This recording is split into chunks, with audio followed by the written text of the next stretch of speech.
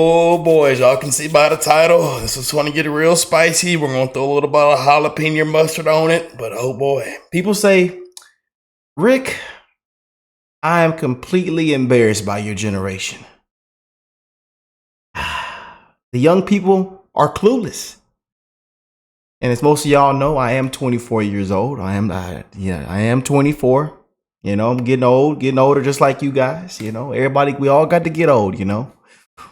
But we're living in some dark, crazy times, y'all. And the wokeness, the woke culture, the things that are being in place right now, it's just, we are far, far gone, y'all. Common sense is far, far gone, man. Far, far gone, man. And this is why I wish nothing but the best in you guys' life, in your, most importantly, your kids' life, the youth, the future, the next generation, man.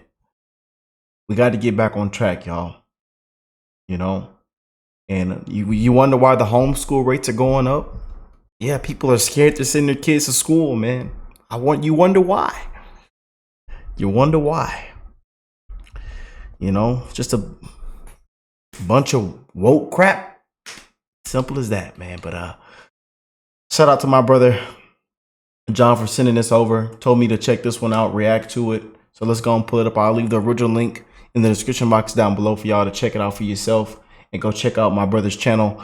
But let's jump straight in, y'all. Enough of me yapping and talking. And again, I'm always give it to y'all straight. Give it to you real. No sugarcoating, man. We're going to call it for what it is. I love y'all, man. And I'm wishing the best in all you guys' life. And I hope you are blessed, well, and healthy. And that 2024 is treating you well. And as most of y'all know, we got some big things coming up, man. About 133 days left now as we speak. It might just be a landslide in November. Oh, boy. People are sick and tired of being sick and tired. Let's jump straight in, y'all. We live in a time where you can check on your phone. So pull out your phone. Pardon me? I have checked on my phone. I'm sorry to interrupt you, but I won't be allowed to ask you this. It's okay. Let her go. We're gonna. Okay, tell me. Kevin M. Cross has in fact shown you all the statistics that you claim are untrue. What you say about the Southern Democrats is not unknown. I am in fact an immigrant like you. I come from the same country that you come from. And I am not here to debate Democrat versus Republican. I am simply disappointed because you are producing facts that are simply not true. Name one. And you are not a historian. For example, the party realignment. You should just go check your own Twitter page. This has been... Believe me, I have. Yes, so have I. Yeah. And I can see that you've been missing... Okay, let's pause. We need to situate what you're talking, because you're making references here that need to be brought out. There is a historian at Princeton named Kevin Cruz. And Cruz and I have been having a kind of a Twitter fight, if you will, about Dixiecrats. Now, Cruz plays a very sly game. He counts as Dixiecrats people who are not Dixiecrats. And so if I say to him, only 2 racist Dixiecrats became Republicans, he goes, what about John Tower? What about Jesse Helms? What about Trent Lott? And my response is, don't be an idiot. We're talking about Dixiecrats. None of those were... History. He cannot be an idiot. Hold on. This is literally his research. It's not his research. He has written one book on white flight in Atlanta. Hold on. Hold on. You've asked him to debate him. You've asked him to debate him, but I can inform you, Mr. D'Souza, that this is not how academics works. You can write a paper, he writes a paper. Don't you let her talk? I can speak. I can speak. I thought the idea is free speech. You could have waited on that. Free speech, yes, but you've got to be respectful. He's traveled to your university to engage with students like you, and instead of actually showing him the right respect, you decide to start calling him an idiot and using all sorts of profanity. There is absolutely no need for that, and that's the problem with the left. That's what they always do. Yeah. That's a huge problem. That and playing victim. Playing victim. Unbelievable. Sometimes emotions cloud their judgment and it prevents them from actually engaging in a very sensible manner. I thought the idea is free speech. speech. You could have waited on mine to ask. I did wait on that. All you need to do is Guys, hold on. I think what he's trying to say is that somewhat like the illegal, you want to jump the line. And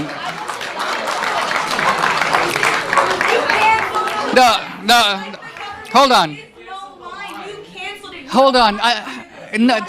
You stop it. You make pot shots. You don't want this phone. Don't shout.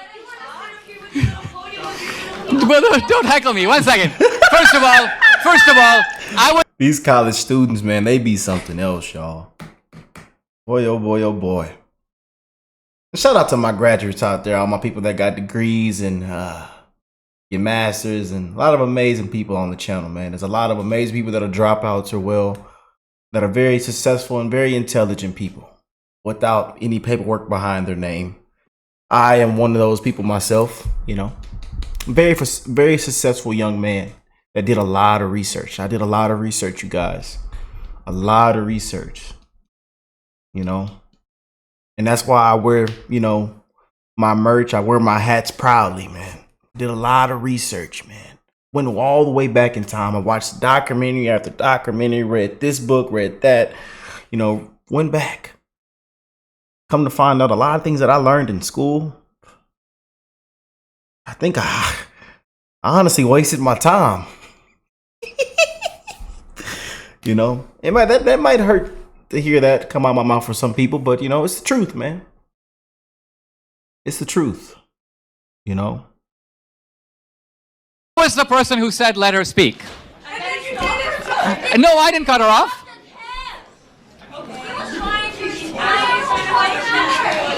Okay. All right. Some people are walking out. Hold on. I'm going to do one more thing. And that is there anybody who's in the audience that wants to ask me a question about the posters on the campus? Because if they do, I'm happy to directly address. I obviously can't address. There was a kind of a blizzard of things out there. Some of them actually not even said by me. But nevertheless, if anyone wants to take a shot, I think it's kind of a nice way to close the evening. If one person wants to ask a question related to, oh, this guy, okay, he's ready, and we'll pick him as a representative of the resistance. Okay, go for it. I just want to ask you a question. Go for it. About you worked for the Reagan administration, obviously, for a while. I want to read you a quote from your former boss. It says, talking about immigrants in a speech, they brought with them courage, ambition, and the values of family, neighborhood, work, peace, and freedom. And then he goes on to talk about how immigrants are making this country great, and then he says make America great again. I'm wondering what your own former boss would say about you now. So the question is, quoting Reagan, my hero, and a lot of the reason I became a conservative, about how immigrants are entrepreneurial, hardworking, pro-family, and the question, and I just want to excavate the buried assumption of the question: how disappointed your former boss would be in you now. Now, I would submit that nobody would ask a question like that who actually was listening to what I said tonight. I actually believe that immigrants are hardworking, industrious, entrepreneurial. I said I would like to see the number of legal immigrants in this country increased. I would like to see our immigration policy modified to take far more of those kinds of immigrants. My position on immigration is thoroughly and completely Reaganite. Now, what gets me is when I hear things that revolt against what I know and also against common sense. And so there are things that people will sometimes say, like, immigrants created this country and built this country. True, but only partially true, because that distinction confuses actually two groups that are not the same: immigrants and settlers. Settlers. Colonizers, if you will. Colonizers. Okay, let's call them colonizers. Colonizers. Here's the important thing. Colonizers create... Why are you shouting? Hold on. It's not... You know, we can have a whole debate on that. But let me address your point. I'm telling you, man, like it's Woo, boy. Colonizers create the country that immigrants want to come to. Think of that paradox right there. In other words, if the colonizers were such horrible guys and have done such a botched up job of creating this country, why on earth today do immigrants from all over the world still want to come here? Why do we even have to talk about a wall in the knowledge that if we didn't have a wall, half the world would come here? What was it about those colonizers, despite their colonization, that was so powerful that 150 years later, the country that they made is still the magnet for the world? So immigrants like me will jump over fences, stand in lines, pay a lot of money, abandon our families to come to the country the colonizers made. Wow, that is powerful. That's very powerful. Very contentious statement. He's basically saying, look, okay, these European colonizers, they came to America. The Native Americans were there. They cleared them out. Even though they did all of that, you still have immigrants fighting to get to America. Why is that? Especially when you consider America's history. No matter how much the left states that America was built on the backs of slaves and that they completely devastated the Native American people, everyone still loves the country. No one cares enough to actually not want to come to the country. No one cares enough to move somewhere else. Even though the history of America is very bloody, it's very controversial. Clearly, there's something special about America. Clearly, people are attracted to it. Clearly, people must admire the power of America, admire the fact that America was able to grow into a massive, massive superpower. Yes, I'm sure a lot of people despise the fact that they took out the Native Americans, completely cleared that land. But at the same time, that's not really stopping anyone from wanting to come to the country, make money in the country, enjoy the American dream. That isn't preventing anyone from actually going to America and trying to make a life for themselves. Perhaps that does suggest that there is something special about the American people. To come to the country the colonizers made. Now,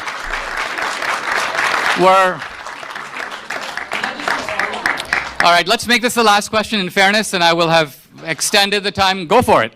The mic is yours. If that's the case, that the colonizers have created this wonderful country for people, why is it that the very descendants of the people that lived here before colonizers came in are the ones that are almost the most marginalized in this country and systematically suffering because of that? Yes, I'll try to answer that as best I can.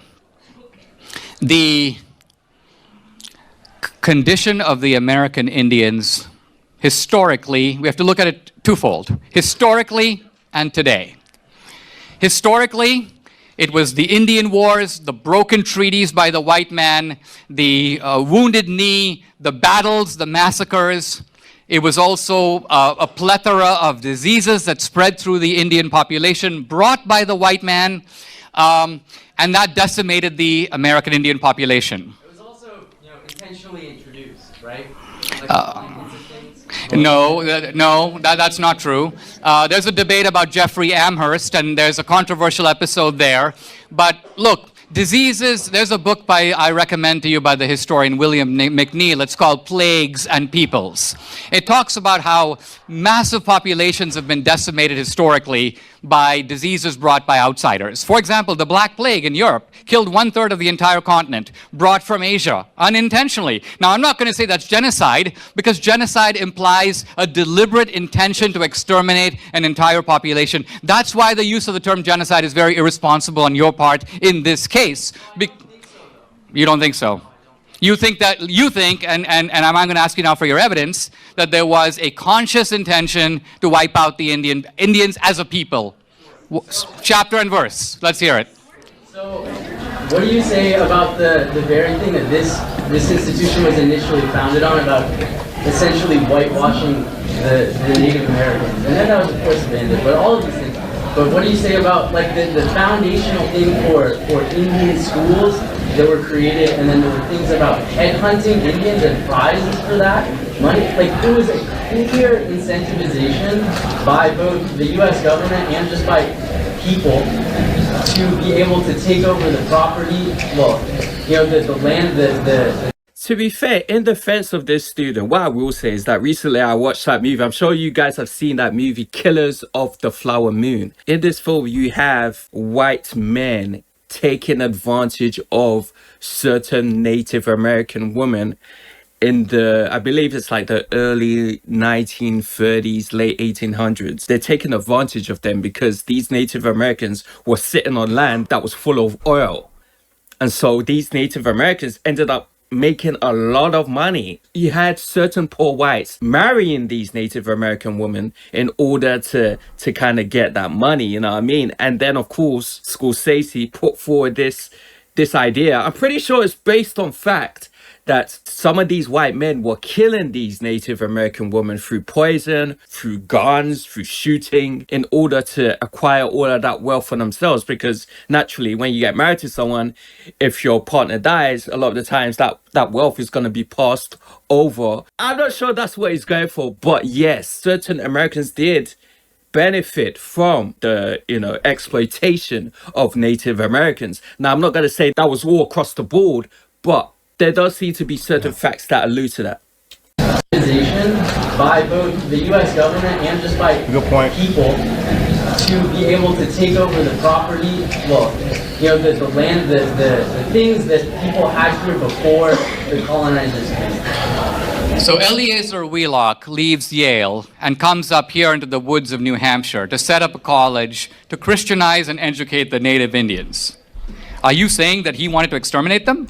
I think that's a questionable, it's based in something killed. So it has to do with, understanding culture and whether or not you can actually, help someone by Christianizing them. Right, but pause for a moment because see, part of education is making distinctions, right? Let's say I believe as a Christian that your life would be infinitely better than it is if you became a Christian. And in that sincere belief, I read the Bible to you and I start proselytizing you.